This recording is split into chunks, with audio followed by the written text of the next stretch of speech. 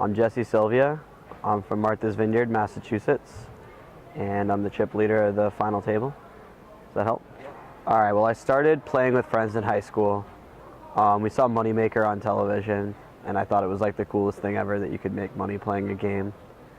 So we started playing like home games and stuff, and then I got to college, and when I turned 18, I got a debit card with my bank, and I started playing online a little bit. And I was like losing money at first, and reading everything I could, and trying to get better, and eventually started winning some money, and I would kind of run up bankrolls and lose it or whatever, and then something started clicking, and I started winning more and more, and by my last year of college, I realized when I'm done, I'm not getting a real job. I'm gonna go play poker. This is awesome, and it's doing better than probably any real job would pay, and so it kind of worked out from there. Yeah, my dad was instantly pretty okay with me being a poker player. My mom was a little more cautious about it, I guess. I don't know. She'll support me with anything I do, but she'd rather I be like a lawyer or a doctor or something, most likely. But I think with everything that's happened in the last couple of months, she'll be okay with me playing poker. If poker wasn't around, it's a good question. I'm really bad at working for other people, I think. I mean, I'm okay at it, but I'm not great at it. I'd probably be doing something sort of independently, at maybe like housing rehab or something where I could play with numbers and always just mess around with different calculations and stuff. But hopefully it'd be something for myself. Yeah, I could see myself being my friend Russell is a what is he? Actuary. An actuary. I always want to say an accountant. He would hate that. And an actuary, the actuarial job title or whatever, seems like a really cool thing to do. It would just be tough, working for a company and everything, because I'm a habitual line stepper. I like to break rules and stuff. Yeah, ask Ashley. Anytime I see a rule, it could be a stupid rule, and I'll still probably, I'm gonna break it. Yeah. All right. So the months leading up to Black Friday was when I really started clicking, and I was moving up the limits a lot. I spent a lot of time playing 1-2 and 2-4. I actually put in a lot of hands in the last couple of years before Black Friday with Greg Merson and Russell Thomas online. And then I started really improving my game 6 months before Black Friday or so, maybe 8 months. And by the time Black Friday rolled around, I was playing higher stakes. I was really starting to earn a lot of money. And then Black Friday happened, and I had just moved to Vegas about a month earlier, so I was already playing some games at the casinos and stuff, but once Black Friday happened, I had to withdraw my whole bankroll, and it allowed me to move up live, and I started playing the bigger games at the Bellagio and Aria and stuff, and it kind of clicked, and I don't know, I just kept playing in them until everything's up to now, I guess. Yeah, the last couple months have been amazing. I was saying earlier how the day after I made the final table, my sister called me and she was like, yeah, me and Mom were on our way to work, and one of my best friends, Eric, was in the car behind him, and he was honking and stuff, and so my mom pulled over, and they both got out of the car and were dancing around in the road and stuff. I don't know, it's little things like that. Every time I hear it, I just get really happy. I don't know, I just, everything's been just, I can't stop smiling. It's been amazing. I can't, every time you get knocked out of a tournament, you're like, oh, that sucks, but I'm still, getting to play this sit and go for $8.5 million in a month, and I have the most chips, so that's pretty cool too. No, I think I've been about the same person since I made the final table. Maybe slightly happier all the time. It's hard to get upset about stuff, but for the most part, I've been about the same. I haven't spent too much money or done anything too different. Yeah, when Ashley was watching me the last few days, I remember on day 5, it was the first day I went all in, and Ashley, after the hand was over, Ashley looked at me and was like, "Don't do that again." And I was like, "Okay, sorry," and I didn't go all in again until day 7, and the next time, well, I wasn't near the next time I was all in, but when I was all in against Salaburu for the 16 million or 17 million chip pot, I went over to hug her, and I think on TV it's gonna look like I'm hugging her, but really I'm kind of holding her up because I was pretty sure she was gonna faint if something bad happened. Can you talk quickly about how it's been, what's it like for you? I mean, this whole ordeal?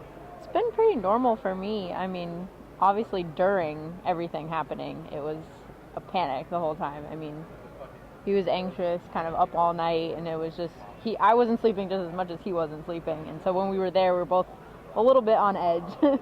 But it was all in excitement and just kind of surreal. And when we went back to, I mean, the island where he's from is just, everybody's closely knit and everybody's friendly and they all know him anyway, so it wasn't really weird for people to be coming up to him talking all the time. But now it's just all about one subject when we talk, you know. She's sick of hearing the same story every single day, 9 times a day. A little sick of the same story, but I think it's going to be all worth it.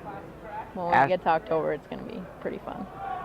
Ashley was like amazing too. The whole last few days, she was like, you know, showing me all the right stretches to deal with like the muscles that were, because when you get that stressed, I mean, your muscles are so tight. So she was like, showed me a stretch, and you know, she'd like give me little massages, and she just like supported me in every way, and it was incredible.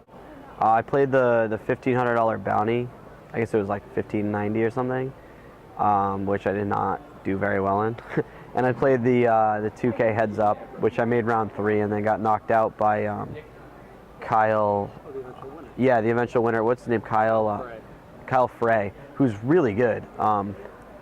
He was like definitely a tough opponent, and he was really nice when he won. He was like, sorry about, you know, running so good in that match, because he just kind of picked up a bunch of hands and ran me over. But he definitely did some stuff where, you know, if you had to ask me who was the favorite in that match, it wouldn't be like clear cut or anything. That's for sure.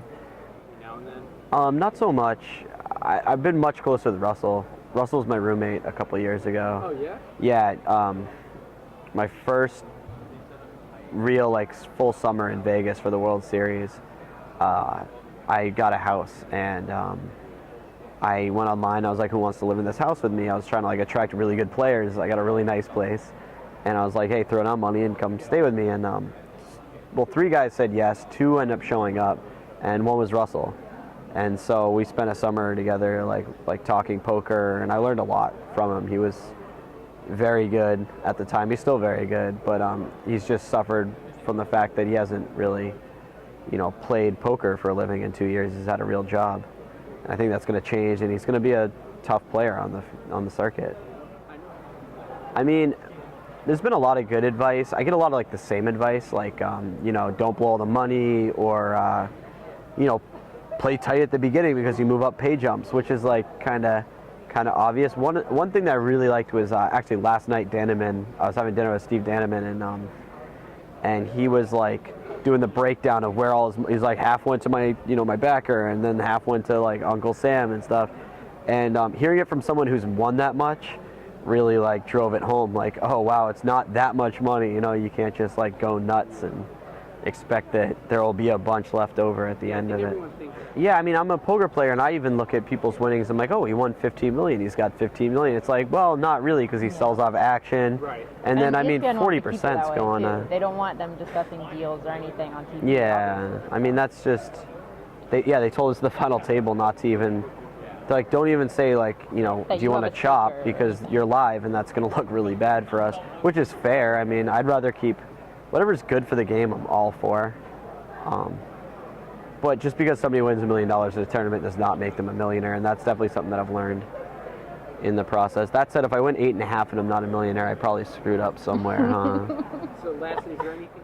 If I was going to do the circuit, I would plan ahead of time exactly what I'm doing, and I would look at my budget, and I would follow through with all the plans, because staying places and eating food out and doing everything can cut into your profits so much. It's not that it's that expensive for a poker player, it's that you have a certain return on your investment that you make every tournament, and you know, doing all this traveling basically costs so much money that make sure that it's like a tight tour. Like, bands don't go on tour and go, you know, to California, then to, you know, back to the East Coast, then down to Florida, then to Hungary. They travel very short distances because it's cost effective. Definitely make sure that you do that if you're gonna do the circuit. Some of the best players I've ever met. Well, Vanessa Selps I've been talking to, because she's actually gonna coach me and help prepare for the final table. I mean, she's in Europe for 6 weeks doing like 3 different circuits because, I mean, even for a huge winner like her, it'll just drain your entire budget or if you're going to do something like that. So you have to be very careful about how you're traveling and how much you're spending and what you're doing.